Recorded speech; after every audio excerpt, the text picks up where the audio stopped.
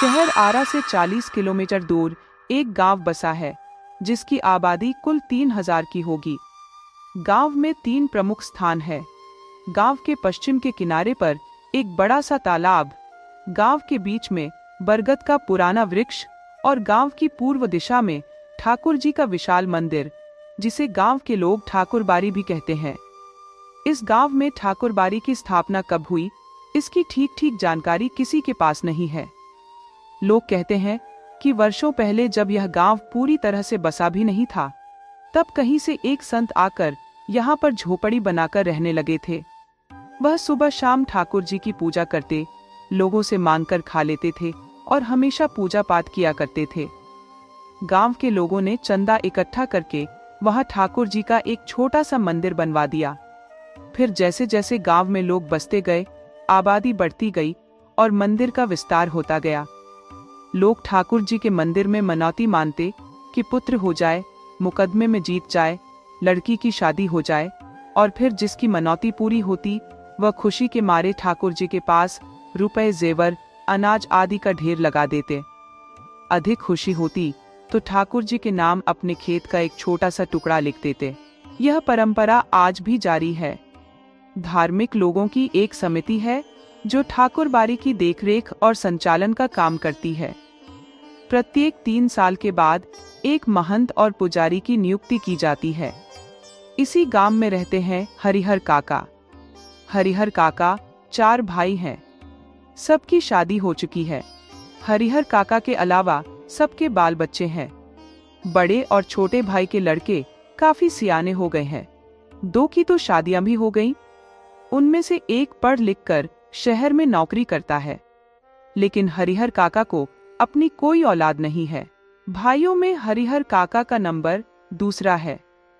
औलाद के लिए हरिहर काका ने 2 शादियां की। लंबे समय तक इंतजार करते रहे, लेकिन बिना बच्चे के उनकी दोनों पत्नियां स्वर्ग से धार गईं। लोगों ने तीसरी शादी करने की सलाह दी, लेकिन अपनी गिरती हुई उम्र और धार्मिक संस्कारों की वजह से हरिहर काका ने इनकार कर दिया। वह इत्मीनान और प्रेम से अपने भाइयों के परिवार के साथ रहने लगे। हरिहर काका के परिवार के पास कुल 60 बीघे खेत हैं। प्रत्येक भाई के हिस्से 15 बीघे पड़ेंगे। खेतीबाड़ी पर यह लोग निर्भर हैं। शायद इसीलिए अब तक संयुक्त परिवार के रूप में ही रहते आ रहे हैं। हरिहर काका के तीनों भाइयों ने अपनी पत्नियों को यह सीख दे रखी थी कि वह हरिहर काका की अच्छी तरह से सेवा करें, समय पर उन्हें नाश्ता दें, किसी भी तरह की कोई तकलीफ उन्हें ना होने दे। कुछ दिनों तक तो हरिहर काका की खूब सेवा हुई, फिर उन्हें कौन पूछने वाला था। हरिहर काका के आगे बची खुची चीजें ही आती।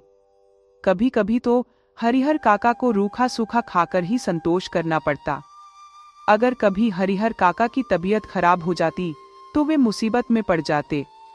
इतने बड़े परिवार के रहते हुए भी उन्हें कोई पानी देने वाला नहीं था। सभी अपने अपने कामों में व्यस्त हो जाते।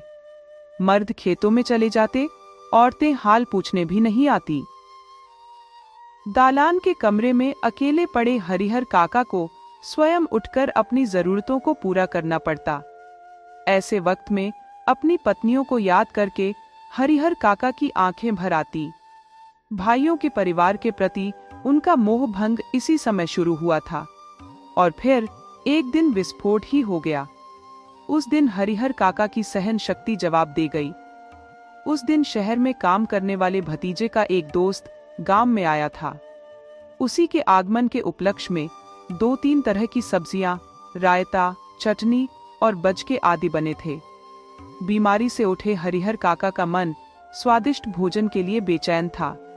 मन ही मन में उन्होंने अपने भतीजे के दोस्त की सराहना की, जिसके बहाने उन्हें स्वादिष्ट भोजन खाने को मिलेगा।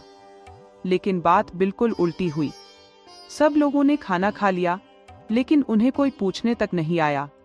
उनके तीनों भाई खाना खाकर खलिहान में चले गए। उन्हें लगा कि हरिहर काका ने तो पहले ही खाना खा लिया होगा। अंत में हरिहर काका को उनके भाई की पत्नी ने रूखा सूखा खाना लाकर दे दिया। हरिहर काका के बदन में जैसे आग सी लग गई। उन्होंने थाली उठाकर बीच आंगन में फेंक मारी। सारी बहुएं वहां पर आकर इकट्ठी हो गईं। हरिहर काका गरजते हुए कहने लगे, समझ रही हो कि मुफ्त में खिलाती हो? तो अपने मन से यह बात निकाल देना। मेरे हिस्से के खेत की पैदावार इस घर में आती है, उसमें से 2-4 नौकर रख लूं तो आराम से जीवन बिता लूंगा। किसी चीज की कोई कमी नहीं होगी। मैं अनाथ और बेसहारा नहीं हूं। मेरे धन पर तो तुम सब मौज करती हो, लेकिन अब मैं तुम सबको बताऊंगा। जिस वक्त यह बोल रहे थे, उसी वक्त ठाकुर बाड़ी के पुजारी जी उनके आंगन में विराजे थे। वे वार्षिक उत्सव के लिए घी और शक्कर लेने के लिए आए थे। ठाकुर बाड़ी में लौटकर उन्होंने सारी बात महंत जी को पूरे विस्तार से बता दी। महंत जी के कान खड़े हो गए। वह दिन उन्हें बहुत ही शुभ महसूस हुआ। उसी समय वे ठाकुर बाड़ी से चल पड़े। संयोग अच्छा था, हरिहर काका के आंगन तक नहीं जाना पड़ा। रास्ते में ही हरिहर काका मिल गए। वे घर से निकलकर खलिहान की तरफ जा रहे थे, लेकिन महंत जी ने उन्हें खलिहान की ओर नहीं जाने दिया। अपने साथ ठाकुर बाड़ी में वे उन्हें ले आए। फिर एकांत कमरे में उन्हें बैठाकर खूब प्रेम से समझाने लगे, हरिहर, यहाँ पर कोई किसी का नहीं है, सब माया का बंधन है। तू तो धार्मिक प्रवृत्ति का आदमी है। मैं समझ नहीं पा रहा हूँ कि तू इस बंधन में कैसे फंस गया।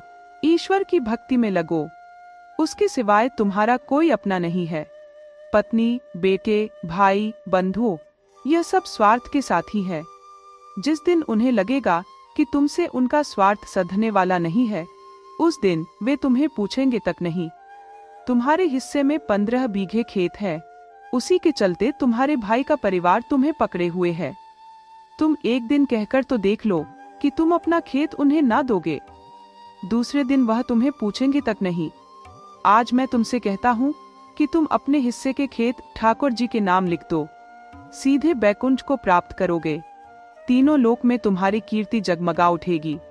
जब तक सूरज चांद रहेंगे, तब तक लोग तुम्हें याद करेंगे। ठाकुर जी के नाम पर जमीन लिख देना तुम्हारे जीवन का महादान होगा। अपनी बाकी की जिंदगी तुम ठाकुर बाड़ी में गुजारना। तुम्हें किसी चीज की कोई कमी नहीं होगी। हम तुम्हें सिर आंखों पर उठाकर रखेंगे। ठाकुर जी के साथ साथ तुम्हारी भी आरती होगी। भाई का परिवार तुम्हारे लिए कुछ नहीं करेगा। मैं अपने लिए तो तुमसे मान नहीं रहा, तुम्हारा यह लोक और परलोक दोनों बन जाएंगे। हरिहर देर तक महंत जी की बातें सुनते रहे। महंत जी की बातें उनके मन में बैठती जा रही थी। वह सोचने लगे, ठीक ही तो कहते हैं महंत जी, कौन किसका है? 15 बीघे की खेत की फसल भाइयों के परिवार को देते हैं, तब तो उन्हें कोई नहीं पूछता। अगर कुछ ना दे तो क्या हालत होगी? उनके जीवन में तो यह स्थिति है, मरने के बाद कौन याद रखेगा? सीधे सीधे खेत हड़प कर जाएंगे। ठाकुर जी के नाम लिख देने से तो पुश्तों तक लोग उन्हें याद करेंगे। लेकिन दूसरा विचार यह आया कि भाई का परिवार भी तो अपना ही होता है। उनको ना देकर ठाकुर बाड़ी को दे देना उनके साथ धोखा और विश्वासघात करना होगा। अपनी बात को समाप्त कर महंत जी उनकी प्रतिक्रिया जानने के लिए हरिहर की ओर देखने लगे। हरिहर काका ने मुंह से तो कुछ नहीं कहा, लेकिन उनके चेहरे पर साफ दिखाई पड़ता था कि महंत जी की बातों का असर हो रहा था। अपनी सफलता पर महंत जी बहुत ही खुश हुए। उन्होंने सही जगह पर वार किया था। इसके बाद उसी वक्त ठाकुर बाड़ी के 2 सेवकों को बुलाकर आदेश दिया कि एक साफ सुथरे कमरे में पलंग पर बिस्तर लगाया जाए और हरिहर काका के आराम का इंतजाम किया जाए। हरिहर काका के भाई जब खलिहान से लौटे तो उन्हें इस दुर्घटना का पता चला। पहले तो वे अपनी पत्नियों पर खूब बरसे और फिर एक जगह बैठकर सोचने लगे। किसी व्यक्ति ने उनसे कुछ भी नहीं कहा था। महंत जी ने हरिहर काका को क्या क्या समझाया है, इसकी भी जानकारी उन्हें नहीं थी, लेकिन इसके बावजूद उनका मन शंकालु और बेचैन हो रहा था। दरअसल बहुत सारी बातें ऐसी ही होती हैं जिनकी जानकारी बिना बताए ही लोगों को मिल जाती है। शाम होते होते हरिहर काका के तीनों भाई ठाकुर बाड़ी जा पहुंचे। उन्होंने हरिहर काका को वापस घर चलने के लिए कहा। इससे पहले कि हरिहर काका कुछ कहते, महंत जी बीच में आए और कहने लगे, आज हरिहर को यहीं पर रहने दो। बीमारी से उठा है, इसका मन अशांत है, ईश्वर के दरबार में रहेगा तो शांति मिलेगी। लेकिन उनके भाई उन्हें घर ले चलने की जिद करने लगे। इस पर ठाकुर बारी के बाकी लोग उन्हें समझाने लगे। वहां पर उपस्थित गांव के लोगों ने भी यही कहा, एक रात ठाकुर बारी में रह जाएगा तो क्या हो जाएगा। आखिरकार भाइयों को निराश होकर वहां से लौटना पड़ा। रात में हरिहर काका को भोग लगाने के लिए तरह तरह के व्यंजन और मिष्ठान लाए गए। वैसे मिष्ठान तो उन्होंने कभी जिंदगी में नहीं खाए थे। घी में तपकते हुए मालपुए, रसगुल्ले, लड्डू, छेने की तरकारी, दही, खीर पुजारी जी ने स्वयं अपने हाथों से खाना परोसा। पास ही बैठे महंत जी धर्म चर्चा से मन को शांति पहुंचा रहे थे। एक ही रात में ठाकुर बारी में जो सुख, शांति और संतोष पाया, वह हरिहर काका ने जीवन में कभी नहीं पाया था। इधर तीनों भाई रात भर सो नहीं सके। भावी आशंका उनके मन में चल रही थी। सोच रहे थे, 15 बीघे खेत इसी गांव की उपजाऊ जमीन है, 2 लाख से अधिक की संपत्ति है। अगर हाथ से निकल गई तो फिर कहीं के नहीं रहेंगे।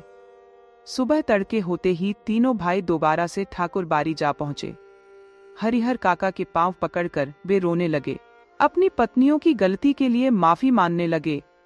खून के रिश्ते की माया फैलाई। हरिहर काका का दिल पसीज गया। वह वापस अपने घर लौट आए। लेकिन यह क्या, इस बार अपने घर पर जो बदलाव उन्हें मिला वह बहुत ही सुखद था। वे आश्चर्य में पड़ गए। घर के सभी लोग हरिहर काका की खातिरदारी और सेवा में लग गए। भाइयों की पत्नियां और बहुएं सभी उनकी सेवा में हमेशा तैयार थी। हरिहर काका आराम से आंगन में पड़े रहते। जिस किसी चीज की इच्छा होती आवाज लगाते और वह वस्तु हाजिर हो जाती। वे समझ गए थे कि यह सब महंत जी के चलते हो रहा है।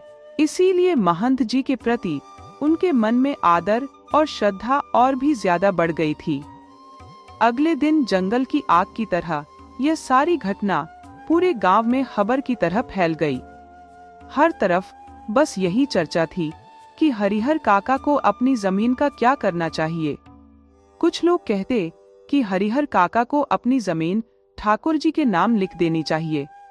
लेकिन इससे उल्टा कुछ लोग यह कहते कि भाई का परिवार भी तो अपना ही परिवार होता है। अपनी जायदाद उन्हें ना देना उनके साथ अन्याय होगा। जितने मुंह उतनी बातें होती रहीं। ऐसा जबरदस्त मसला पहले कभी नहीं मिला था। इसीलिए लोग चुप नहीं रहना चाहते थे।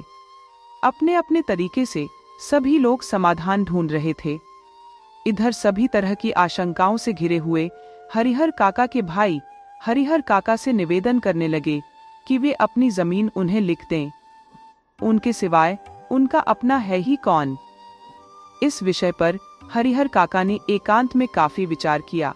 अंत में वे इस निष्कर्ष पर पहुंचे कि जीते जी अपनी जायदाद का स्वामी वह किसी और को नहीं बनाएंगे, चाहे वह अपना भाई हो या मंदिर का महंत ही क्यों ना हो।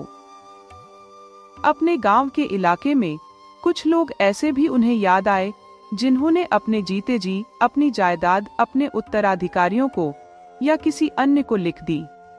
लेकिन इसके बाद उनका जीवन कुत्ते का जीवन हो गया। उन्हें कोई पूछने वाला नहीं रहा। हरिहर काका बिल्कुल अनपढ़ व्यक्ति थे, फिर भी इस बदलाव को वे समझ सकते थे। इसीलिए उन्होंने यह निश्चय कर लिया कि जीते जी किसी को अपनी जमीन नहीं लिखेंगे। अपने भाइयों को समझा दिया, मैं मर जाऊंगा तो अपने आप ही मेरी जमीन तुम्हें मिल जाएगी। जमीन लेकर मैं जाऊंगा तो नहीं, इसलिए लिखवाने की क्या आवश्यकता है। उधर महंत जी भी हरिहर काका की टोह में रहने लगे। जहां कहीं एकांत में वे उन्हें मिलते तो कहते, देरी मत करो हरिहर, शुभ काम में देर नहीं करनी चाहिए। चलकर ठाकुर जी के नाम अपनी जमीन कर दो, फिर पूरी जिंदगी ठाकुर बारी में आराम से रहना।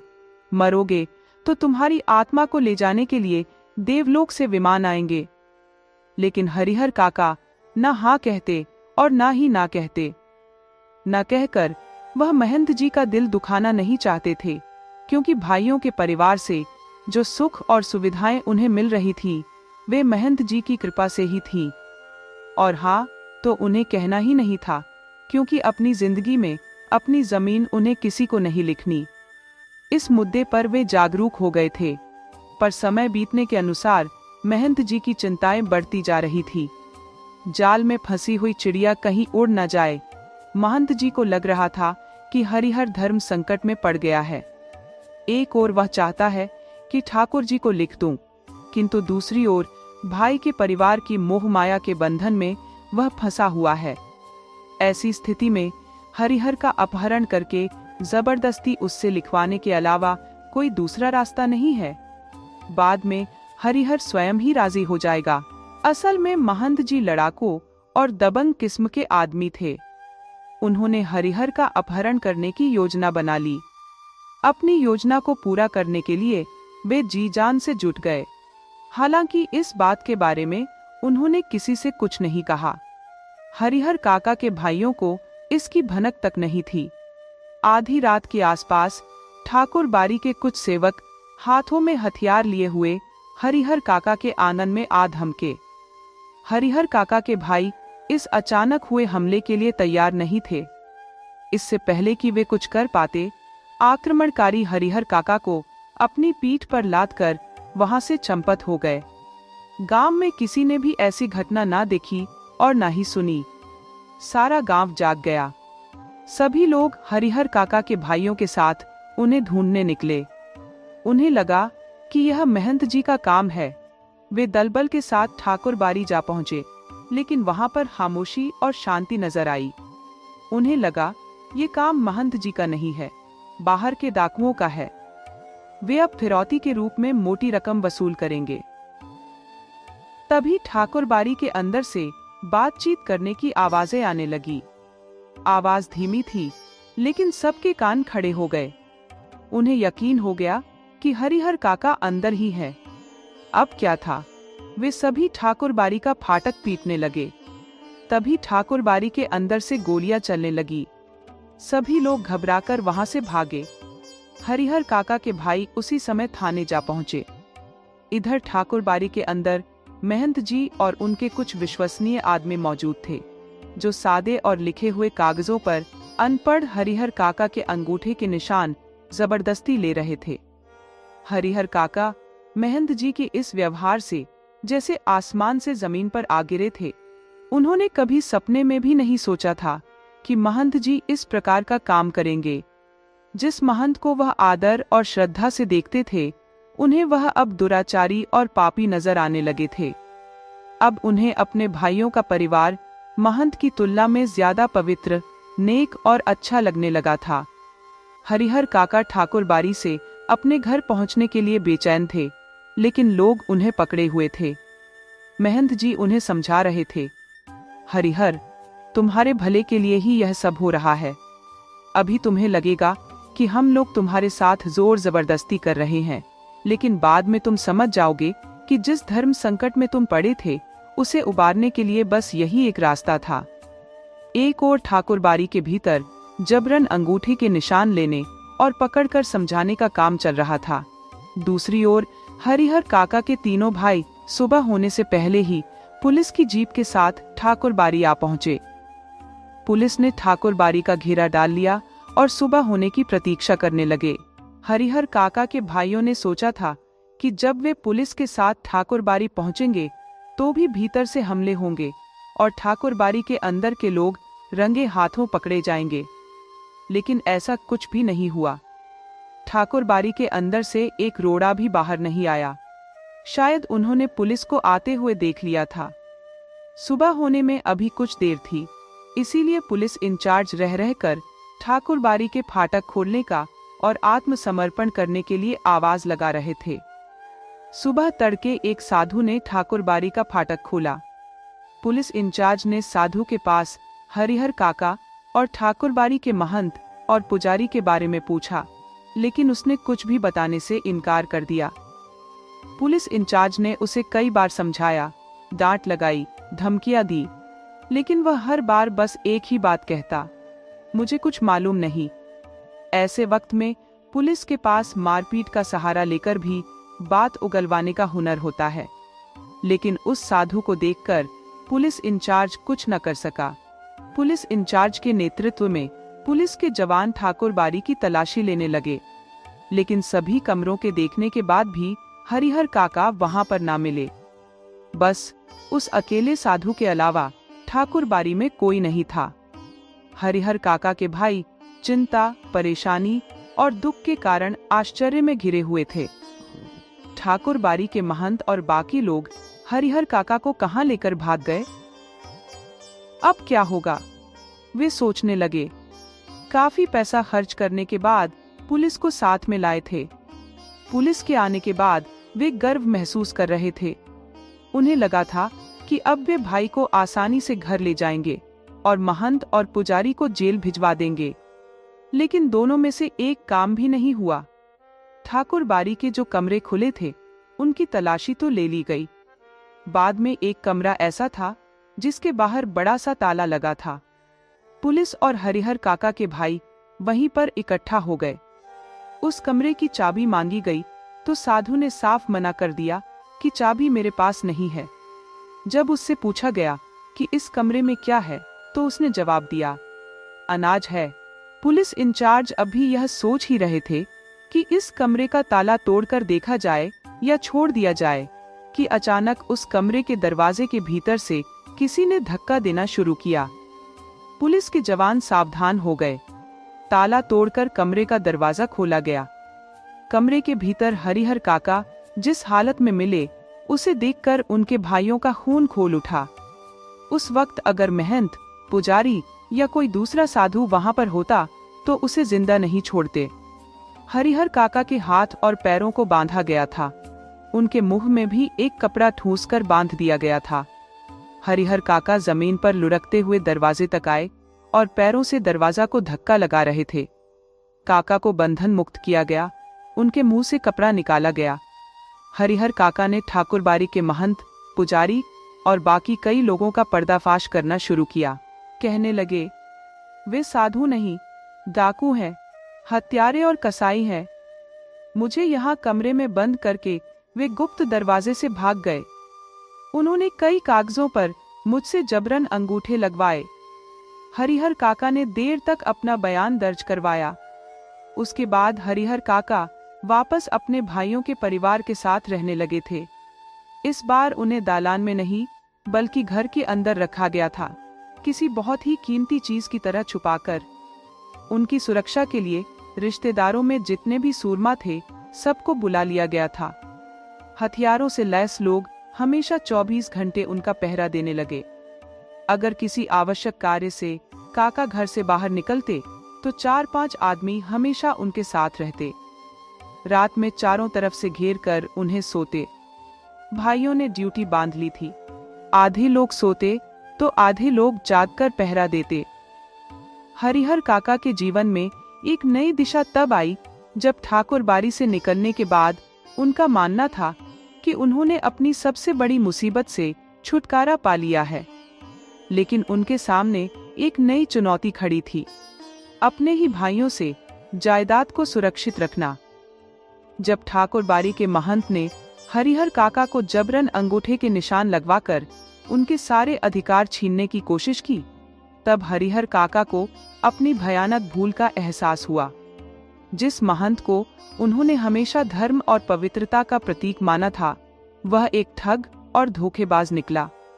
इस घटना ने हरिहर काका को यह सिखाया कि भरोसा करना कितना खतरनाक हो सकता है। गांव वालों ने जब देखा कि ठाकुर बारी के साधु महंत और हरिहर काका के भाइयों ने किस तरह से हरिहर काका के साथ दुर्व्यवहार किया, तो वे हरिहर काका के प्रति सहानुभूति दिखाने लगे। लेकिन हरिहर काका को अब समझ में आ गया था कि उनके अपने ही भाई उनके साथ क्यों अचानक इतनी भक्ति और सेवा करने लगे थे। यह सब उनके जायदाद के लिए था, न कि उनके प्रति सच्ची भावनाओं के कारण। हरिहर काका ने अब निर्णय कर लिया था कि वे न तो महंत को और न ही अपने भाइयों को अपनी संपत्ति देंगे। वे अपनी जायदाद का मालिकाना हक किसी भी कीमत पर नहीं छोड़ेंगे। उन्होंने अपने भाइयों और महंत दोनों से ही दूरी बनाकर रखना शुरू कर दिया। हरिहर काका के भाइयों ने जब देखा कि उनके सारे प्रयास विफल हो रहे हैं, तो उन्होंने सीधे सीधे धमकी देने और हिंसा का सहारा लेना शुरू किया। एक रात भाइयों ने हथियारों के साथ हरिहर काका को घेर लिया और जबरन दस्तावेजों पर हस्ताक्षर करने के लिए मजबूर किया। लेकिन हरिहर काका ने साहस के साथ इस चुनौती का सामना किया और स्पष्ट शब्दों में कह दिया कि वे जीते जी अपनी जमीन किसी को नहीं देंगे। इस घटनाक्रम के बाद पुलिस की सुरक्षा में रहना हरिहर काका के लिए अनिवार्य हो गया। उनके भाइयों और महंत की लगातार साजिशों के बीच हरिहर काका ने अपने आप को सुरक्षित रखने का हर संभव प्रयास किया। आखिरकार हरिहर काका ने अपने हिस्से की जमीन पर एक नया मकान बनवाया और वहां अकेले रहने लगे। उन्होंने एक नौकर रख लिया जो उनके दैनिक कामों में मदद करता था। गांव वाले तरह तरह की बातें करते थे, लेकिन हरिहर काका अब किसी की परवाह नहीं करते थे। हरिहर काका ने अपने शेष जीवन को प्रभु भक्ति में व्यतीत करने का निश्चय किया। वे अब अपने मकान में शांति से रहते थे। पुलिस की सुरक्षा उनके लिए हर समय तैनात रहती थी और उन्होंने अपने जीवन में किसी और को शामिल नहीं किया। उनके भाइयों और महंत के लगातार दबाव और षड्यंत्रों के बावजूद हरिहर काका ने अपनी जायदाद को सुरक्षित रखा और अपने जीवन को सम्मान और स्वाभिमान के साथ जिया।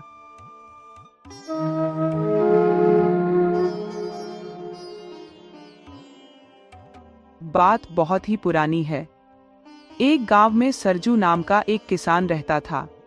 बेचारा बहुत ही मेहनती था। सारा दिन वह अपने खेतों में हल चलाता रहता, लेकिन फिर भी उसकी आमदनी बहुत ही कम थी।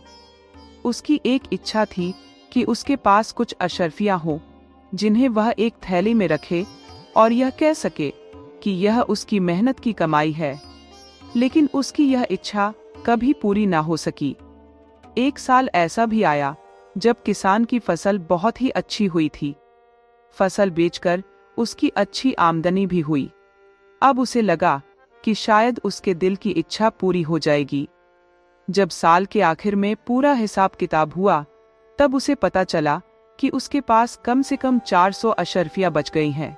इन्हें वह एक थैली में रख सकता है और यह कह सकता है कि यह उसकी मेहनत की कमाई है। सरजू बहुत ही खुश हुआ और वह एक दर्जी के पास गया। दर्जी को उसने एक सुंदर सी थैली सिलने के लिए कहा। जब थैली बनकर तैयार हो गई, तो सरजू ने अशर्फियां उसमें डाल दी और अपने घर में एक सुरक्षित जगह पर रख दी। अब सरजू प्रतिदिन उन अशर्फियां को निकालता, उन्हें गिनता और खुश होता। एक दिन की बात है, जब सरजू अशर्फियां गिन रहा था और खुश हो रहा था, तब उसने सोचा कि क्यों ना मैं अपने रिश्तेदारों को घर में दावत के लिए बुलाऊं। यह सोचकर उसने थैली में से कुछ अशर्फियां निकालकर अपनी जेब में रख ली और बाकी अशर्फियां को थैली में ही रख दिया। तभी उसके दरवाजे पर दस्तक की आवाज हुई। सरजू घबरा गया कि कोई उसे अशर्फियां गिनते हुए देख ना ले। उसने जल्दी से सामने रखे हुए एक खाली मटके में वह थैली छुपा दी। दरवाजा खोला तो उसका दोस्त सामने खड़ा था। सरजू का दोस्त उसे किसी काम से लेकर जाना चाहता था। तब सरजू ने अपनी पत्नी को आवाज देकर कहा कि मेरे वापस आने तक तुम मेरा खाना तैयार करके रखना। सरजू और उसके दोस्त के जाने के बाद सरजू की पत्नी ने खाना बनाना शुरू किया। खाना बनाने के लिए उसे पानी की आवश्यकता पड़ी। किस्मत की बात है कि उसी समय उसके घर के आगे से गांव का कसाई गुजर रहा था। सरजू की पत्नी ने जब उसे देखा तो आवाज लगाकर उसे पानी लाने को कहा और वह मटका उसके हाथ में थमाया जिसमें अशर्फिया की थैली रखी थी। कसाई असल में बाजार में बकरा खरीदने के लिए जा रहा था। वह मटका लेकर पानी भरने के लिए चल दिया। अभी वह कुछ दूर ही पहुंचा था कि उसने महसूस किया कि मटके में कोई चीज रखी हुई थी। कसाई ने मटके में हाथ डालकर वह चीज निकाली तो वह अशर्फिया की थैली थी। अशर्फिया को देखकर उसकी खुशी का ठिकाना न रहा।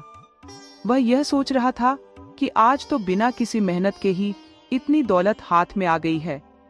एक बार तो उसके दिल में यह ख्याल आया कि यह थैली वह सरजू की पत्नी को वापस दे दे, लेकिन फिर वह सोचने लगा कि अगर उसे इस थैली के बारे में पता होता तो वह यह मटका उसके हाथ में नहीं देती।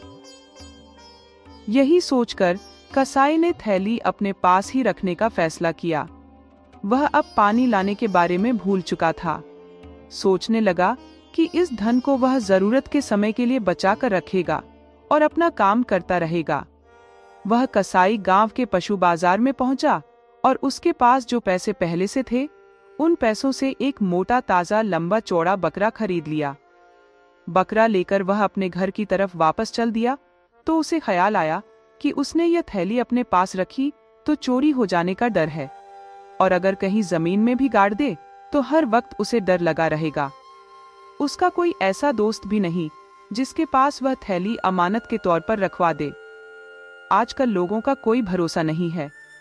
क्यों ना इस थैली को बकरे के मुंह में ठूस कर किसी तरह इसके गले के नीचे उतार दूं। जब इस बकरे को काटूंगा तो यह थैली भी निकाल लूंगा। बस फिर बेचारे बकरे को उसने जबरदस्ती थैली निगलवा दी। बकरे को उसने अपने घर पर बांधा और फिर किसी जरूरी काम से बाहर चला गया। उधर सरजू किसान जब अपने दोस्त के साथ उसका काम करवाकर घर वापस आने लगा तो रास्ते में कसाई का घर पड़ा। सरजू ने देखा कि एक मोटा ताजा लंबा चौड़ा बकरा खड़ा है। वह सोचने लगा, क्यों ना इस बकरे को मैं अपने घर में होने वाली दावत के लिए ले चलता हूँ। सरजू ने बकरे को खरीदने का फैसला कर लिया। उसने कसाई के लड़के को बकरे के दाम दिए और बकरे को अपने घर की तरफ ले चला। घर पहुंचकर सरजू को अपनी थैली की याद आई। उसने मटके को तलाश किया तो मटका घर से गायब था। वह अपनी पत्नी से पूछने लगा। जब उसे सच्चाई पता लगी तो सरजू ने अपना सिर पीट लिया। बहुत देर तक वह उन अशर्फियों के लिए दुखी होता रहा। जब कुछ देर रोने धोने के बाद उसका मन शांत हुआ तो वह सोचने लगा, जो होना था वह हो चुका। अब दुख मनाने से कोई फायदा नहीं है। और फिर मैंने अपने रिश्तेदारों को दावत पर बुलाया है, चलो वही काम पूरा किया जाए। अगले दिन सरजू के रिश्तेदार उसके घर पर जमा हुए। सरजू ने बचे हुए पैसों से दावत का इंतजाम किया, खाने का सामान जुटाया और जब मांस पकाने के लिए बकरे को काटा गया तो उसके पेट में से अशर्फियों की थैली मिली, जिसे देखकर सरजू बहुत ही खुश हुआ। उसने तुरंत थैली को धोया, अशर्फियां निकाली और एक एक अशर्फी को वह गिनने लगा। अशर्फियां पूरी थीं। यह देखकर सरजू खुशी के मारे झूमने लगा। वह एक एक अशर्फी को चूमता और फिर रखता। सोचने लगा कि यह अजीब इत्तेफाक है, मेरा खोया हुआ धन मुझे वापस मिल गया। ऐसा चमत्कार रोज रोज नहीं होता। इसके बाद सरजू सोचने लगा कि अब इस थैली को अपनी कमर में बांध कर रखूंगा। यह हर वक्त मेरी कमर से झूलती रहेगी। मैं अब एक पल के लिए भी इस थैली को अपने आप से अलग नहीं करूंगा। सरजू की पत्नी इस बात को लेकर उसको खरी खोटी सुनाने लगी कि धन का इतना लालच करना ठीक नहीं है। सरजू कहने लगा, मैं तो सिर्फ अपनी तरफ से अपने धन की हिफाजत कर रहा हूं, आगे ईश्वर की मर्जी। इसी तरह से 2-4 दिन बीते। सरजू एक दिन झरने पर नहाने के लिए जा रहा था। उसने अपनी थैली निकालकर एक पत्थर पर रख दी। जब वह नहाकर वापस आया, उसने कपड़े पहने, परंतु अपनी थैली वहीं पर भूल गया। सरजू अपने घर की तरफ चला गया। सरजू के वहां से जाते ही एक चरवाहा वहां पर आया। चरवाहा वहां पर अपनी भेड़ बकरियों को पानी पिलाने के लिए आया था। उसकी नजर थैली पर पड़ी। उसने थैली उठाकर खोली तो उसमें अशर्फियां देखकर चरवाहा खुशी से पागल हो गया। घर पहुंचकर उसने अशर्फियां गिनी तो ये पूरी 300 थी। चरवाहे ने भी अशर्फियों के साथ वही किया जो कसाई ने किया था, और फिर किसी बुरे वक्त के लिए अशर्फियां संभाल कर रख दी और अपनी बकरियों को चराता रहा। इतने में सरजू को अपनी थैली की याद आई तो वह भाग भाग कर झरने की तरफ आया। उसने थैली को बहुत तलाश किया, परंतु थैली नहीं मिली। आखिर में रोता पीटता सरजू अपने घर वापस आ गया। जब उसने अपनी पत्नी को थैली के गुम हो जाने के बारे में बताया तो पत्नी ने सरजू को खूब खरी खोटी सुनाई। कहने लगी, तुम अशर्फिया को हर समय अपनी छाती से लगाए रखते थे, जबकि मेरी और घर की किसी भी जरूरत का तुम ख्याल नहीं करते थे। ना ही तुमने उन अशरफियों में से कभी किसी गरीब को कोई दान दिया, इसीलिए तुम्हारे साथ ऐसा हुआ। अच्छा हुआ कि भगवान ने तुम्हारी थैली गायब कर दी। अब सरजू को अपनी गलती का एहसास हुआ और वह बहुत ही शर्मिंदा हुआ। उसने ईश्वर से प्रार्थना की और यह वादा किया कि वह धन को जमा नहीं करेगा। वह अपने परिवार की जरूरतों और दूसरों की सहायता पर धन खर्च करेगा। दूसरी तरफ वह चरवाहा अशरफियों की थैली को बगल में दबाए हुए बकरियां चराता रहा। जब वह एक कुएं के करीब से गुजरा, तभी कुछ घुड़सवार उसे अपनी ओर आते हुए दिखाई दिए। उसे लगा कि अशरफिया की थैली कहीं उससे छिन न जाए, इसीलिए उसने थैली कुएं में डाल दी। अब क्योंकि अंधेरा होने वाला था, तो चरवाहा थैली को कुएं में ही छोड़कर बकरियों को लेकर घर वापस आ गया। दूसरे दिन सरजू उसी रास्ते से गुजर रहा था। दोपहर का समय था। उसे प्यास लगने लगी। जब वह कुएं के पास पहुंचा, तो उसने पानी निकालने के लिए बाल्टी को कुएं के अंदर फेंका। जब पानी से भरी हुई बाल्टी सरजू तक पहुंची, तो उसमें अशरफियों की थैली भी रखी हुई थी। थैली को देखते ही सरजू की आंखों में चमक आ गई। सरजू ने अपने आप को संभाला और ईश्वर का लाख लाख धन्यवाद करने लगा। वह वापस अपने घर पहुंचा।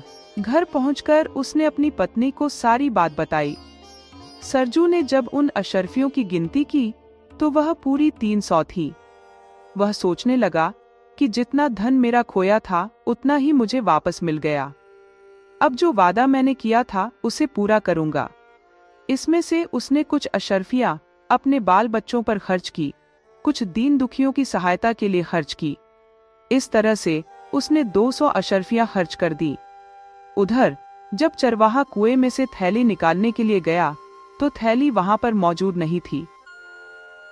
यह देखकर चरवाहे की आंखों के आगे अंधेरा छाने लगा। वह रात दिन इसी दुख में परेशान रहने लगा। असल में वह चरवाहा सरजू का ही एक दूर का रिश्तेदार था। एक दिन जब वह सरजू के गांव में आया, तो वह सरजू के घर गया। सरजू उसे देखकर बड़ा ही खुश हुआ। उसने चरवाहे को खाना खिलाया और फिर दोनों बातें करने लगे। लेकिन सरजू ने महसूस किया कि चरवाहा बहुत ही परेशान और दुखी नजर आ रहा था। जब सरजू ने इसका कारण पूछा, तो चरवाहा कहने लगा, ईश्वर ने एक बड़े ही लंबे समय के बाद मुझे कुछ धन दिया था। मैंने उस धन को कुएं में रख छोड़ा था, लेकिन बाद में वह धन वहां से गायब हो गया। सरजू यह सुनकर बड़ा ही दुखी हुआ। वह उस वक्त उठकर किसी बहाने से अंदर गया और अपनी पत्नी को सारा माजरा कह सुनाया। सरजू कहने लगा, हमारे पास जो धन बचा है, वह इस चरवाहे को दे देते हैं। इस तरह से सरजू ने बची हुई 100 अशरफियां चरवाहे को वापस दे दी। अशरफियां लेकर चरवाहा खुशी खुशी वहां से चला गया। वापस अपने घर लौटकर वह सोचने लगा कि अब मैं इन अशरफियों को बहुत ही सुरक्षित रखूंगा, ताकि दोबारा से ऐसी घटना ना हो। चरवाहे के पास एक मोटी सी लकड़ी थी, जिससे वह बकरियों को हाँकता था। लकड़ी का एक हिस्सा खोखला करके चरवाहे ने उसमें अपनी अशरफियां रख दी। एक दिन वह चरवाहा नदी के किनारे खड़ा था। अचानक उसकी लकड़ी छूटकर नदी में जा गिरी और बहुत कोशिश करने के बावजूद भी वह लकड़ी चरवाहे के हाथ में न आई। लकड़ी नदी में बहते बहते आगे बढ़ती गई। यह नदी सरजू के गांव से होकर गुजरती थी। उस वक्त सरजू नदी में नहा रहा था। उसने देखा कि एक मोटी सी लकड़ी उसकी तरफ आ रही थी, तो उसने वह लकड़ी पकड़ ली और घर ले आया। घर आकर सरजू ने देखा कि उसकी पत्नी चूल्हे पर बैठी हुई खाना बना रही थी और ईंधन खत्म होने वाला है। सरजू ने लकड़ी के 2 टुकड़े किए और उन्हें चूल्हे में डालने ही वाला था कि अचानक अशरफियां छन छन करती हुई नीचे गिर पड़ी। उसने अशरफियां गिनी तो पूरी 100 थीं। सरजू ने ईश्वर का धन्यवाद किया और कहा, हे ईश्वर, मेरे नुकसान की भरपाई हो गई है। एक बार फिर से सरजू दिल खोलकर खर्च करने लगा। कुछ दिनों के बाद वही चरवाहा एक बार फिर से सरजू के घर आया। इस बार भी वह दुखी नजर आ रहा था। सरजू ने एक बार फिर से उसके दुखी होने का कारण पूछा, तो चरवाहे ने सारी घटना उसे सुना दी। सरजू ने जब पूरी घटना विस्तार से पूछी तो पता चला कि वह अशरफिया उसने एक झरने से उठाई थी। अब सरजू को सब कुछ समझ में आ गया। उसने चरवाहे को सारा माजरा विस्तार से बताया। चरवाहा बहुत ही हैरान था और कहने लगा, चलो अच्छा ही हुआ, जिसका धन था उसके पास वापस लौट गया। इसीलिए कहा भी गया है कि मेहनत से कमाया हुआ धन कभी बेकार नहीं जाता। इस तरह से सरजू और चरवाहा दोनों ने इस घटना से सबक सीखा।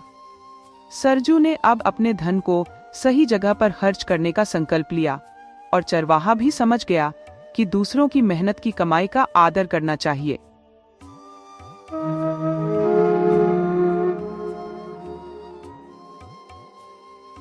बाबू रामदास बेचारे सीधे साधे आदमी थे। सुबह दफ्तर जाते और शाम को आते। इसी बीच नानक चंद अपने मकान की छत पर चढ़कर उनकी विधवा बेटी ललिता को मोहब्बत के इशारे किया करता था। धीरे धीरे अभागी ललिता उसके जाल में फंस गई। दोनों ने भाग जाने का इरादा कर लिया। आधी रात का समय था। ललिता एक साड़ी पहने हुए अपनी चारपाई पर करवटें बदल रही थी। उसने अपने जेवर एक पोटली में रख ली थे। उसके दिल में इस वक्त तरह तरह के ख्याल दौड़ रहे थे और कलेजा जोर जोर से धड़क रहा था। मगर चाहे कुछ भी क्यों ना हो, नानक चंद की तरफ से उसे बेवफाई का जरा भी अनुमान नहीं था। ललिता अपने आप को खुशनसीब समझ रही थी। उसके पिता रामदास बेसुध सो रहे थे। इतने में दरवाजे की कुंडी खड़की। ललिता चौंक कर उठ खड़ी हुई। उसने जेवरों की पोटली संभाली और एक बार इधर उधर हसरत भरी निगाहों से देखा। फिर दबे पांव घर की दहलीज पार की और कुंडी खोल दी। सामने नानक चंद खड़ा था। उसने ललिता को गले से लगाया। बग्घी तैयार थी और दोनों उसमें जा बैठे। सुबह बाबू रामदास उठे। ललिता कहीं दिखाई न दी। वह घबराए और सारा घर छान मारा, परंतु कुछ पता न चला। दरवाजे की कुंडी खुली थी। बग्घी के निशान नजर आए तो सिर पीट कर बैठ गए। मगर अपने दिल का दर्द किससे कहते। जग हंसाई और बदनामी का डर उनके दिल में बैठ गया था। उन्होंने यह बात फैला दी कि ललिता अपने ननिहाल में गई है। लेकिन लाला ज्ञानचंद ने जब यह सुना तो भाप गए कि उनके बेटे की कश्मीर की सैर के कुछ और ही मतलब थे। धीरे धीरे यह बात पूरे मोहल्ले में फैल गई। यहाँ तक कि बाबू रामदास ने शर्म के मारे आत्महत्या कर ली।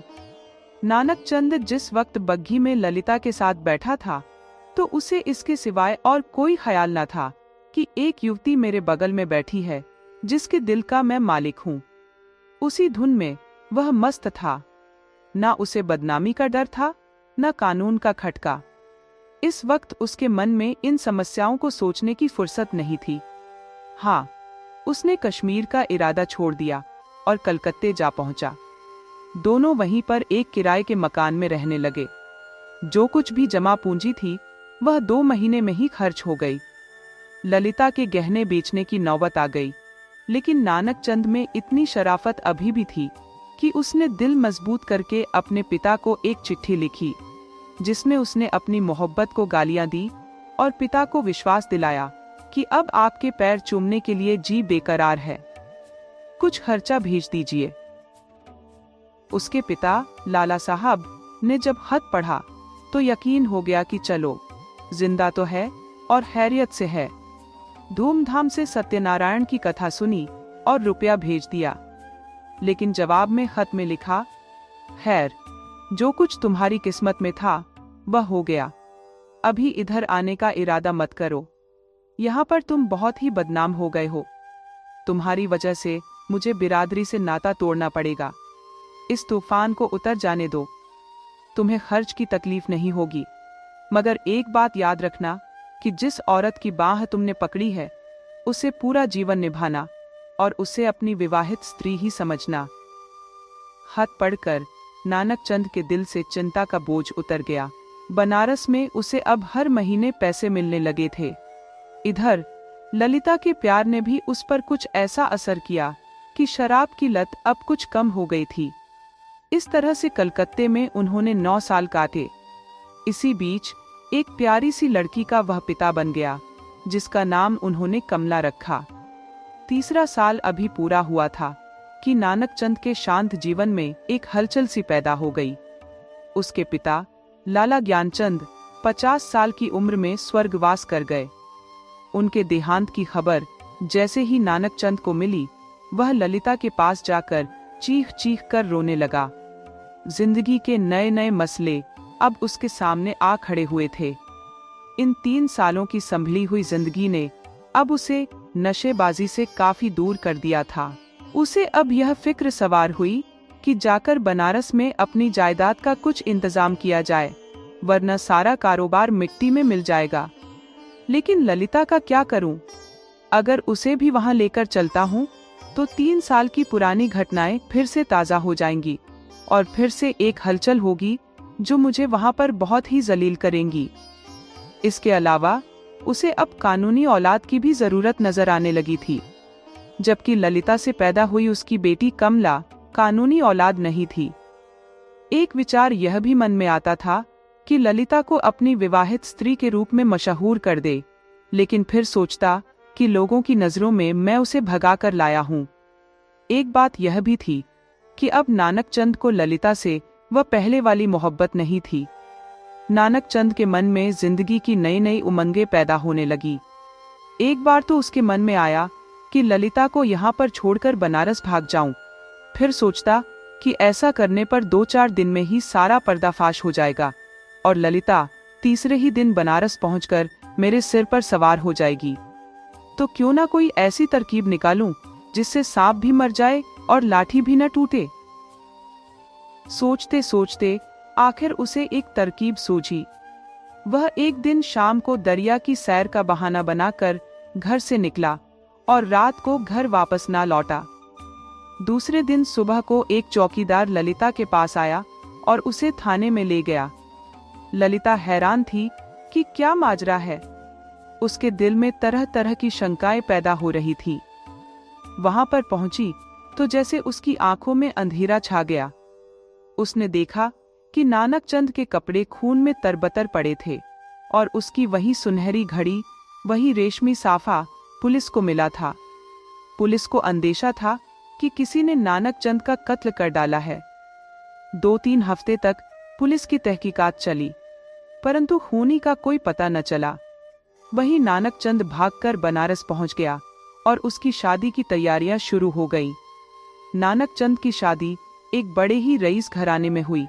धीरे धीरे फिर से उन्हीं पुराने दोस्तों के साथ उठना बैठना होने लगा और शराब के द्वार फिर से चल पड़े। नानक चंद की शादी को कुछ ही दिन बीते कि तपेदिक के बुखार ने उसकी पत्नी की जान ले ली। परंतु नानक चंद ने फिर से दूसरी शादी कर ली। इस बार उसकी पत्नी बहुत ही सुंदर और आभूषणों से लदी फदी थी, जो नानक चंद को भा गई और एक ही साल में उसे एक बच्चा भी पैदा हो गया। नानक चंद अपनी गृहस्थी में आनंद से जी रहा था, लेकिन किस्मत को शायद कुछ और ही मंजूर था। शहर में प्लेग की महामारी फैली, उसकी पत्नी की मृत्यु हो गई और 3 बरस का प्यारा लड़का हाथ से चला गया। उसके दिल पर ऐसा दाग लगा कि जिसका कोई मरहम न था। नानक चंद की सारी अय्याशियां अब खत्म हो चुकी थीं। दिल पर दुख के बादल छा गए और तबीयत संसार से विरक्त हो गई। इन सभी दुर्घटनाओं ने नानक चंद के दिल में मरे हुए इंसान को एक बार फिर से जिंदा कर दिया था। जब वह निराशा के यातनापूर्ण अकेलेपन में पड़ा होता तो इन घटनाओं को याद करता उसका दिल रोने लगता। उसे लगता कि ईश्वर ने उसके पापों की सजा उसे दी है। धीरे धीरे यह ख्याल उसके दिल में मजबूत हो गया। कभी उसके मन में ख्याल आता, उफ, मैंने उस मासूम औरत पर कैसा जुर्म किया, कैसी बेरहमी की। ये सब उसी का दंड है। ये सब सोचते सोचते ललिता की मासूम तस्वीर उसकी आंखों के सामने आ खड़ी होती। इस लंबी अवधि में नानक चंद के दिल में कई बार ललिता की याद आई थी, परंतु शराब के नशे में वह सब भूल जाता। सोचता, मालूम नहीं कि वह जिंदा भी है या मर गई। एक रोज वह कलकत्ते के लिए रवाना हो गया। सुबह का समय था जब वह कलकत्ते पहुंचा और अपने पुराने घर को चला। सारा शहर अब कुछ बदल सा गया था। बहुत तलाश करने के बाद उसे अपना पुराना घर नजर आया। नानक चंद का दिल जोर से धड़कने लगा और भावनाओं में हलचल पैदा हो गई। उसने एक पड़ोसी से पूछा कि इस मकान में कौन रहता है। एक बूढ़ा था, कहने लगा, यहाँ पर एक लड़की है और उसकी विधवा माँ रहती है, कपड़ों की सिलाई करती है। जब से उसका आदमी मर गया तब से यही काम करके अपना पेट पालती है। नानक चंद ने अपने घर के द्वार पर दस्तक दी। द्वार खुला और एक 21 वर्ष की सुंदर कन्या उसके सम्मुख आ खड़ी हुई। नानक चंद ने तुरंत पहचान लिया कि यह उसकी बेटी कमला ही है और उसकी आंखों में आंसुओं का सैलाब उमड़ आया। उसका हृदय यह चाहता था कि वह अपनी पुत्री को गले से लगा ले। उसे ऐसा प्रतीत हो रहा था मानो उसने कुबेर का खजाना प्राप्त कर लिया हो। अपनी आवाज को संभालते हुए वह बोला, बेटी, जरा अपनी अम्मा से कह दो कि बनारस से कोई आदमी आया है। लड़की भीतर चली गई और कुछ ही पलों में ललिता द्वार पर आई। ललिता ने नानक चंद की ओर देखा और एक ठंडी सांस ली। पतिव्रता, धैर्य और निराशा की जीवित मूर्ति उसके सामने खड़ी थी। नानक चंद ने बहुत प्रयास किया, लेकिन वह अपने आंसुओं को रोक नहीं पाया और अनायास ही रोने लगा। जब ललिता ने उसे देखा तो वह आश्चर्य के सागर में डूब गई। वह चित्र जो उसके दिल पर अंकित था, आज सजीव उसके सामने खड़ा था। ललिता पर जैसे एक बेहोशी सी छा गई। वह व्यग्र होकर नानक चंद की ओर बढ़ी और रोते हुए बोली, मुझे भी अपने साथ ले चलो। तुमने मुझे अकेले किस तरह छोड़ दिया? मुझसे अब यहाँ नहीं रहा जाता। ललिता को इस बात का जरा भी ध्यान नहीं था कि वह उस व्यक्ति के सामने खड़ी है जो एक जमाने पहले मर चुका है, वरना शायद वह चीख मारती हुई भाग जाती। उस पर एक सपने की सी स्थिति छाई हुई थी। लेकिन जब नानक चंद ने उसे सीने से लगाकर कहा, ललिता, अब तुम्हें अकेले नहीं रहना पड़ेगा, तुम्हें मैं अपनी आंखों पर बिठाकर रखूंगा। अब तक मैं नर्क में पड़ा हुआ था, लेकिन अब तुम्हारे साथ स्वर्ग में रहूंगा। तब ललिता चौंकी और छिटक कर अलग हटते हुए बोली, आंखों को तो यकीन आ गया, मगर दिल को नहीं आता। ईश्वर करे यह सपना ना हो। इसके बाद नानक चंद हमेशा के लिए ललिता के पास ही रह गया। उसने समाज और अदालत में ललिता को अपनी वैवाहिक स्त्री घोषित कर दिया। कमला अब उसकी कानूनी संतान थी। नानक चंद जब तक जीवित रहा, उन्हीं के साथ रहा।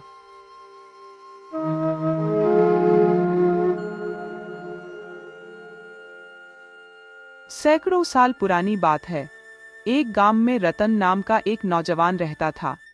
रतन स्वभाव से बड़ा ही मिलनसार और दूसरों की सहायता करने वाला था। उसके आगे पीछे कोई नहीं था, ना उसका कोई परिवार था और ना ही कोई रिश्तेदार। गांव के सभी लोग रतन को बहुत ही पसंद करते थे। शक्ल सूरत से रतन बहुत ही सुंदर था। वह जिससे भी एक बार मिल लेता, उस पर अपना असर छोड़ देता। इसके अलावा रतन में एक खूबी और थी। उसे गाने, बजाने और संगीत का बहुत ही शौक था। चाहे ढोलक हो, सितार हो या बांसुरी, हर तरह का वाद्य यंत्र बजाने में वह माहिर था। साथ ही उसकी आवाज इतनी सुरीली थी कि जो भी उसका गाना एक बार सुन लेता, वह मंत्रमुग्ध हो जाता। गांव में जब भी कोई खुशी का मौका होता, रतन को वहां पर जरूर बुलाया जाता। अपने इस हुनर के कारण रतन की जिंदगी बड़े ही आराम से गुजर रही थी। एक दिन की बात है, रतन के गांव में एक शादी का समारोह था, जिसमें राज्य की राजधानी कौशलपुर से एक व्यापारी वहां पर आया था। उस व्यापारी ने इस मौके पर अपने नगर कौशलपुर की ऐसी तारीफ की कि वहां पर जितने भी लोग मौजूद थे, उनके मन में कौशलपुर नगर देखने का शौक पैदा हो गया। अब रतन के मन में भी यह इच्छा जाग उठी थी कि किसी भी तरह कौशलपुर नगर अवश्य देखना चाहिए। लेकिन उसके पास इतना धन नहीं था कि वह यात्रा का खर्च उठा सके। अपनी इस इच्छा को पूरी करने के लिए रतन ने गांव में बड़ी ही मेहनत से काम करना शुरू कर दिया। लगभग 1 साल की कड़ी मेहनत के बाद उसके पास अब 100 अशर्फियां इकट्ठी हो गई थीं। उसे इस बात का विश्वास हो गया था कि वह इस धन के सहारे राज्य की राजधानी कौशलपुर नगर की सैर कर सकता है और वहां पर कुछ समय बिता सकता है। एक दिन रतन को पता चला कि उसके गांव के कुछ व्यापारी कौशलपुर नगर की ओर जा रहे हैं। रतन ने भी अपना सामान बांधा और उन व्यापारियों के काफिले के साथ हो लिया। जब रतन कौशलपुर राज्य पहुंचा तो वहां एक सराय में ठहर गया। इसके बाद वह कौशलपुर नगर को देखने के लिए निकल पड़ा। इस बड़े नगर में ऊंचे ऊंचे मकान थे, बाजारों में रौनक थी और नगर के बीचों बीच एक बहुत ही बड़ी नदी बहती थी। रतन को कौशलपुर नगर का इलाका इतना पसंद आया कि वह दिन भर वहीं पर घूमता रहा। शाम को वह वापस अपनी सराय में आया, खा पी कर सो गया। इस तरह से रतन ने कौशलपुर नगर में काफी दिन बिताए। रतन के साथ जो व्यापारी आए थे वे अब वापस जाने लगे थे। उन्होंने रतन को भी अपने साथ चलने को कहा, मगर रतन का मन अब कौशलपुर नगर से वापस जाने का नहीं था, इसीलिए उसने साफ मना कर दिया। व्यापारियों का काफिला वापस लौट गया। अब रतन के पास जितनी भी धनराशि थी वह सब खर्च हो चुकी थी। हालत यह हो चुकी थी कि उसके पास 2 वक्त की रोटी खाने के लिए भी पैसे नहीं बचे थे। जब भूखे मरने की नौबत आई तो रतन पास के ही एक मंदिर में जाकर बैठ गया। 2 दिन तक रतन इसी मंदिर में बैठा रहा। फिर मंदिर में आने वाले लोगों को उस पर तरस आ गया। उन्होंने 4 रोटी सुबह और 4 रोटी शाम उसे देना शुरू कर दिया। ईश्वर का करना ऐसा हुआ कि मंदिर में आने वाले लोगों में से एक आदमी ऐसा भी था जो एक बहुत ही अमीर व्यापारी था। एक दिन उस व्यापारी ने रतन से उसका हालचाल पूछा और कहने लगा, भाई, तुम्हारा नाम क्या है? तुम किस जगह के रहने वाले हो? क्योंकि तुम्हारे रहन सहन और बोलचाल से यह मालूम होता है कि तुम कौशलपुर नगर के तो नहीं हो। तुम्हारी बात करने के तरीके और शिष्टाचार से यह पता चलता है कि तुम किसी अच्छे परिवार से हो। रतन ने जब उस व्यापारी से अपनी तारीफ सुनी तो मन ही मन में सोचने लगा कि क्यों ना इस व्यापारी के साथ एक चाल चली जाए, क्यों ना इसके सामने अपने खानदान के बारे में कुछ बढ़ा चढ़ाकर कहा जाए ताकि इसकी नजरों में मेरी इज्जत और भी बढ़ जाए। हो सकता है इससे मेरा कुछ फायदा भी हो जाए। यह सोचकर रतन ने एक ठंडी सांस भरी और अपनी आंखों में आंसू भर लाया। वह कहने लगा, श्रीमान, आप एक बहुत ही अच्छे इंसान हैं, इसीलिए किसी दूसरे का दुख आपसे देखा नहीं जाता। मैं बहुत ही खुश हूं कि आपने मेरी असलियत को पहचान लिया। बात यह है कि मैं एक बहुत ही शरीफ और नेक खानदान से हूं। मेरा गांव प्रीतमपुर है। मैं वहां के सेठ गुलाबचंद का इकलौता बेटा हूं। मेरे पिता अपने इलाके के सबसे बड़े व्यापारी हैं। कुछ दिन पहले ही हमारे गांव से व्यापारियों का एक काफिला कौशलपुर नगर में व्यापार के लिए आया था। अब क्योंकि मुझे भी कौशलपुर नगर में व्यापार करने का बहुत ही शौक था, इसीलिए मैंने अपने पिताजी से आज्ञा लेकर उन व्यापारियों के साथ यहाँ पर चला आया। मेरे कुछ ऊंट और नौकर भी मेरे साथ थे। जब हमारा काफिला कौशलपुर नगर के पास ही पहुँचने वाला था तो लुटेरों के एक दल ने हमारे काफिले पर हमला कर दिया। वे लोग हमारे काफिले का सारा माल लूट कर ले गए। साथ ही उन्होंने काफिले के व्यापारियों, मेरे नौकरों और मुझे भी खूब मारा पीटा। जैसे तैसे मैं अपनी जान बचाकर कौशलपुर में दाखिल हो गया, लेकिन मेरी यहाँ पर किसी से जान पहचान नहीं थी और लाचार होकर मैं इस मंदिर में आकर बैठ गया। जब कोई मेरे गांव से व्यापारियों का काफिला यहाँ पर आएगा या यहाँ से कोई काफिला मेरे गांव जाएगा, तभी मैं अपने गांव वापस जा सकता हूँ। जब तक ऐसा कोई मौका नहीं आता, मैं आप जैसे लोगों की दया पर ही निर्भर हूँ। व्यापारी ने जब यह सारी बातें सुनी तो कहने लगा, अरे नौजवान, तुम ईश्वर पर भरोसा रखो। मुझे पक्का विश्वास है कि जल्दी ही तुम्हारी सारी परेशानियां दूर हो जाएंगी और तुम एक बार फिर से पहले की ही तरह ऐशो आराम की जिंदगी गुजार सकोगे। अब तुम ऐसा करो, मेरे साथ मेरे घर चलो। वहां पर तुम कुछ दिन मेरे साथ रह सकते हो। यह कहकर वह व्यापारी, जिसका नाम मनसुख था, रतन को अपने घर ले आया। मनसुख जब रतन को अपने घर पर ले आया तो उसकी खूब खातिरदारी की गई। मनसुख के घर पर काफी नौकर चाकर थे। जब रतन को वहां पर रहते हुए 3 दिन बीत गए तो एक शाम की बात है, व्यापारी का एक नौकर रतन के पास आया और उसे मकान के एक एकांत कोने में ले जाकर कहने लगा, अरे भाई, क्या तुम जानते हो कि हमारे सेठ जी तुम्हें यहाँ पर क्यों लेकर आए हैं? रतन ने कहा, तुम्हारा सेठ एक बहुत ही दयालु और नेकदिल इंसान है। उसे मेरी हालत पर दया आ गई, इसीलिए वह मुझे यहाँ पर ले आया। नौकर कहने लगा, तुम बड़े भोले हो भाई, असल बात तुम्हें मालूम नहीं है। बात यह है कि हमारे सेठ जी की एक बड़ी ही सुंदर बेटी है, जिसके लिए वह काफी समय से कोई लड़का ढूंढ रहे हैं, लेकिन अभी तक सेठ जी को कोई भी ऐसा लड़का नहीं मिला जो उनको और उनकी बेटी दोनों को पसंद आ जाए। जो लड़का सेठ जी पसंद करते हैं उसे उनकी बेटी मना कर देती है, और जो लड़का बेटी को पसंद आता है उसके लिए सेठ जी राजी नहीं होते। इस तरह से कई रिश्ते टूटने के बाद भी सेठ जी की बिटिया अभी तक कुंवारी है। मुझे लगता है कि जरूर सेठ जी को तुम अपनी बेटी के योग्य लगे हो, इसीलिए वह तुम्हें अपने साथ लेकर हवेली पर आ गए हैं। वह तुम्हारी शादी अपनी बेटी के साथ करना चाहते होंगे। जब रतन ने यह सुना तो उसके हृदय में प्रसन्नता का ज्वार उमड़ पड़ा, किंतु अपनी खुशी को छिपाते हुए उसने नौकर से कहा, अरे भाई, इस बारे में मुझे कुछ ज्ञात नहीं है। तुम्हारे सेठ जी ने मुझसे ऐसी कोई बात नहीं की, लेकिन अच्छा किया जो मुझे बता दिया। देखो भाई, तुम्हें बताना मेरा कर्तव्य था, आगे तुम जानो और तुम्हारा काम। यह कहकर नौकर वहां से चला गया। नौकर के जाने के बाद रतन मन ही मन विचार करने लगा कि सेठ अपनी पुत्री की शादी मुझसे करना चाहता है, और शायद इसका कारण यह है कि मैंने अपने बारे में बढ़ा चढ़ाकर सेठ को सब कुछ झूठ बताया है। मैंने कहा कि मेरे पिता एक व्यापारी है, जबकि मेरे खानदान का भी कोई पता नहीं है। इन्हीं ख्यालों में वह रात बीत गई।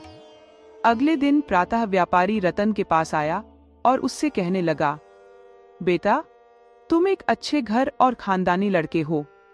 मैं चाहता हूं कि मैं तुम्हें अपना दामाद बना लूं, अर्थात मेरी इकलौती बेटी सुमन की शादी मैं तुमसे करना चाहता हूं। रतन, जो कि पहले से ही यह बात जानता था और इसके लिए तैयार भी था, सेठ के सामने अनजान बनने का नाटक करते हुए कहने लगा, अरे सेठ जी, ये आप क्या कहते हैं? मैं भला आपकी बेटी के योग्य कहाँ हूँ?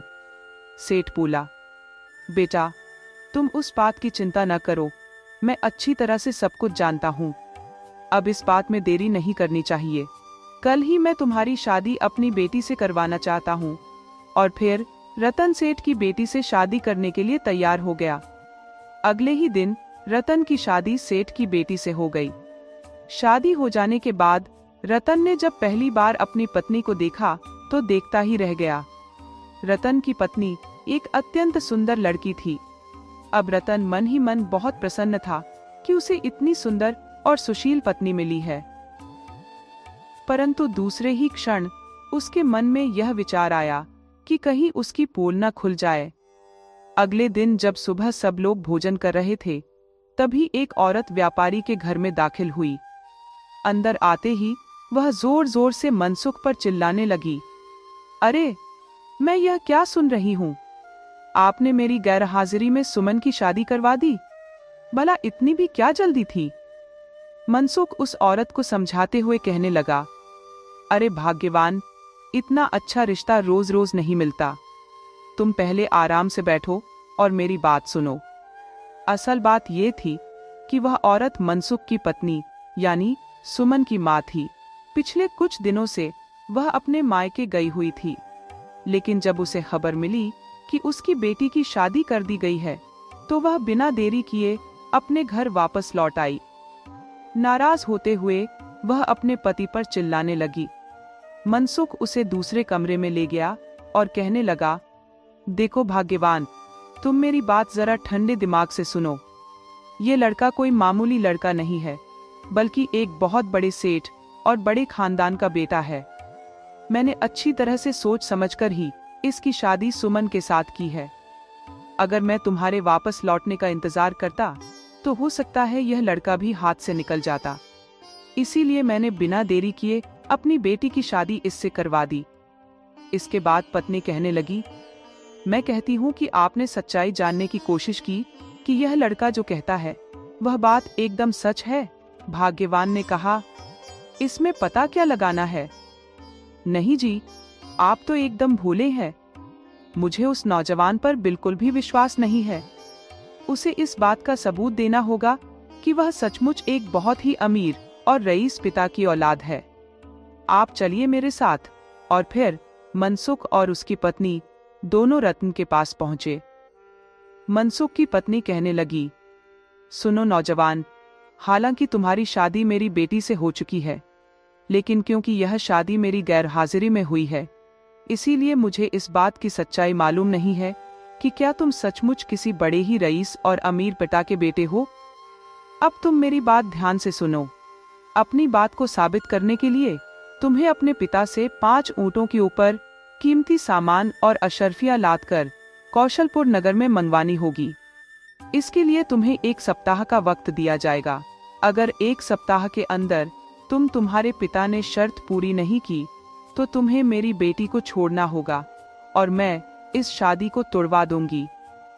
व्यापारी मनसुख यह सब कुछ सुन रहा था, परंतु वह बीच में कुछ बोल ना सका। रतन ने जब यह सब कुछ सुना तो वह मन ही मन में बहुत घबरा गया, लेकिन अपने डर को छुपाते हुए वह कहने लगा, अरे सासू माँ, इसमें कौन सी बड़ी बात है? आप बिल्कुल निश्चिंत रहें।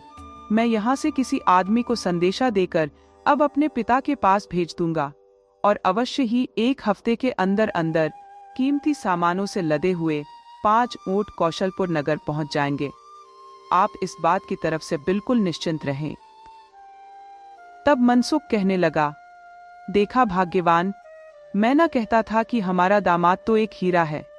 हीरा? तुम बेकार ही इस पर संदेह कर रही थी। चलो अब निश्चिंत हो जाओ। 1 हफ्ते के अंदर तुम्हारी दी गई शर्त पूरी हो जाएगी। मनसुख और उसकी पत्नी वहां से चले गए। उसी रात रतन ने अपनी पत्नी सुमन को सारी सच्चाई बता दी कि वह किसी सेठ का बेटा नहीं है, बल्कि एक साधारण इंसान है।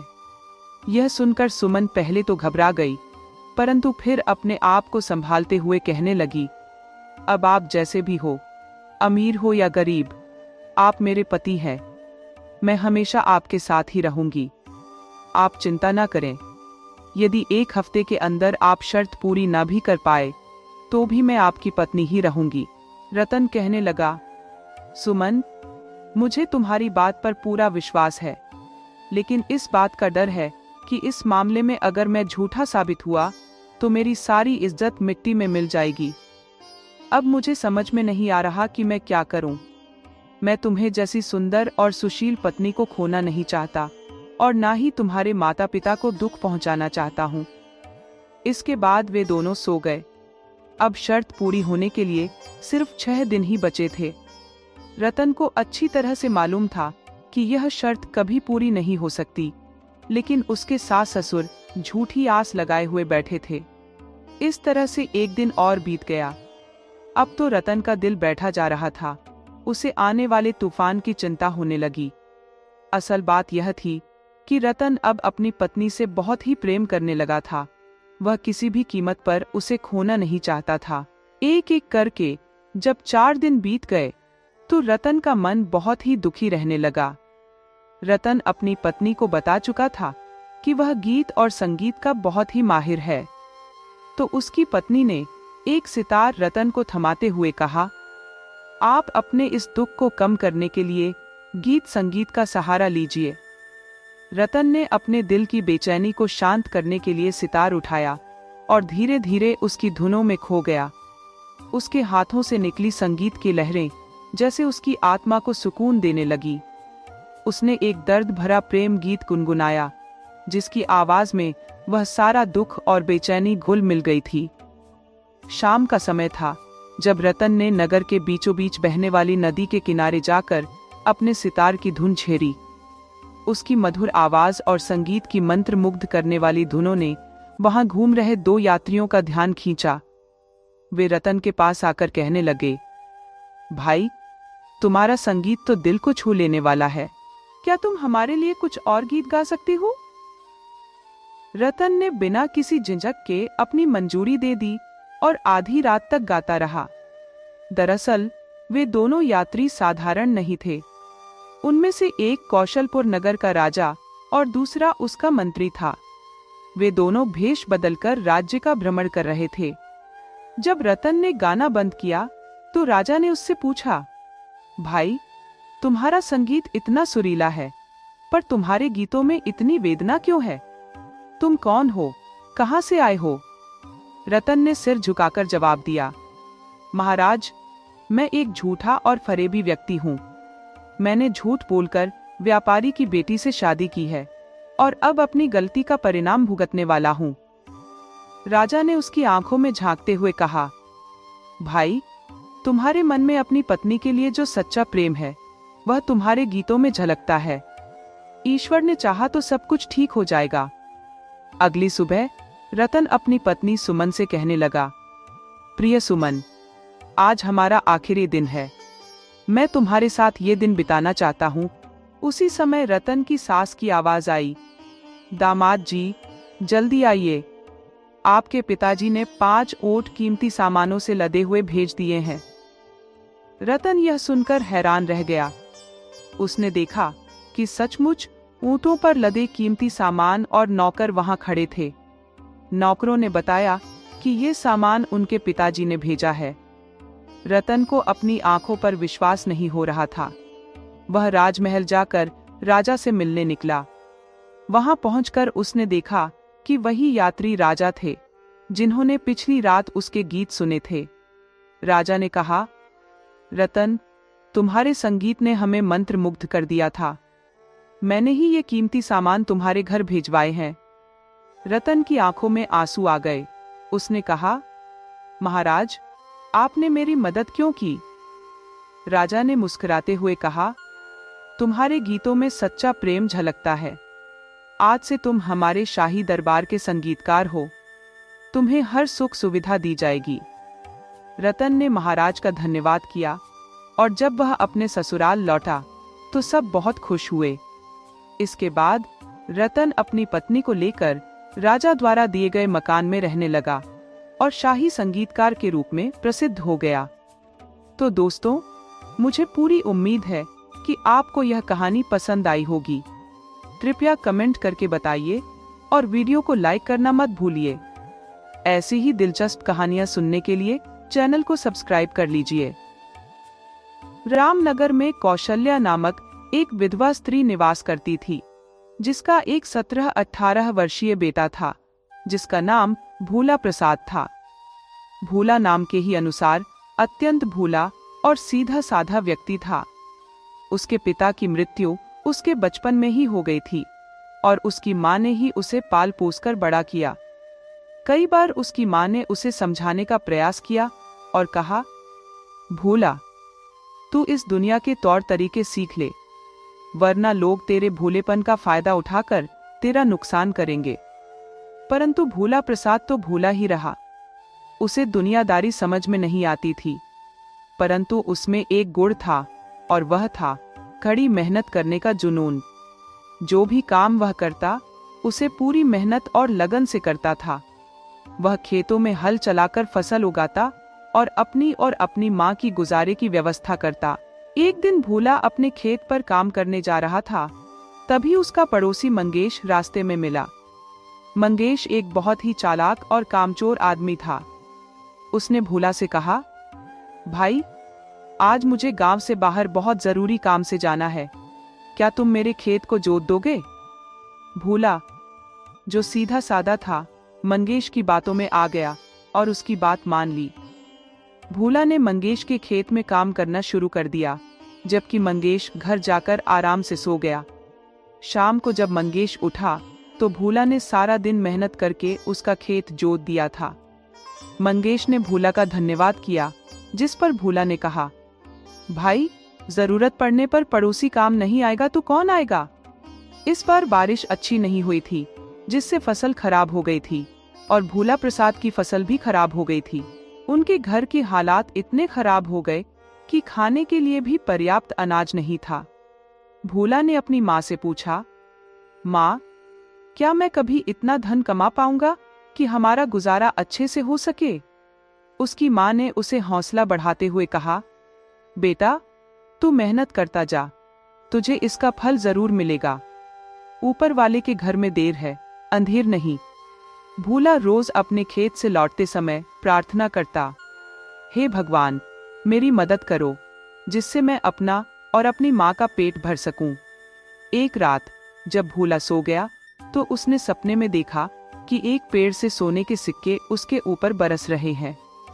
सुबह उठते ही उसने अपनी माँ को बताया कि उसने सपने में सोने के सिक्के बरसते हुए देखे हैं और सुबह के सपने सच होते हैं, इसका मतलब यह सपना भी सच हो जाएगा। उसकी माँ उसकी बात सुनकर हंसने लगी और कहा, भूला, तू जा और खेतों में काम कर। भूला जब अपने खेत जा रहा था तो रास्ते में उसे मंगेश मिल गया। भूला प्रसाद ने उसे भी सोने के सिक्कों वाले अपने सपने के बारे में बताया। मंगेश मन ही मन भूला को मूर्ख समझता था। मंगेश ने भी कहा, भूला भाई, ऐसा ही एक सपना मुझे भी आया है। आज मुझे जमीन के अंदर से सोने के सिक्के मिले हैं। मंगेश ने आगे कहा, भूला, आज मेरी तबीयत ठीक नहीं है, क्या तुम मेरे खेत में हल जोत दोगे? भूला प्रसाद फिर से मंगेश की बातों में आ गया और उसके खेत में हल चलाने लगा, जबकि मंगेश अपने घर चला गया।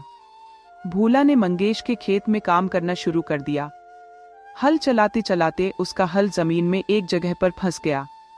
उसने मिट्टी हटाकर देखा तो एक घड़ा दबा हुआ था जिसमें सोने के सिक्के भरे हुए थे। भूला प्रसाद ये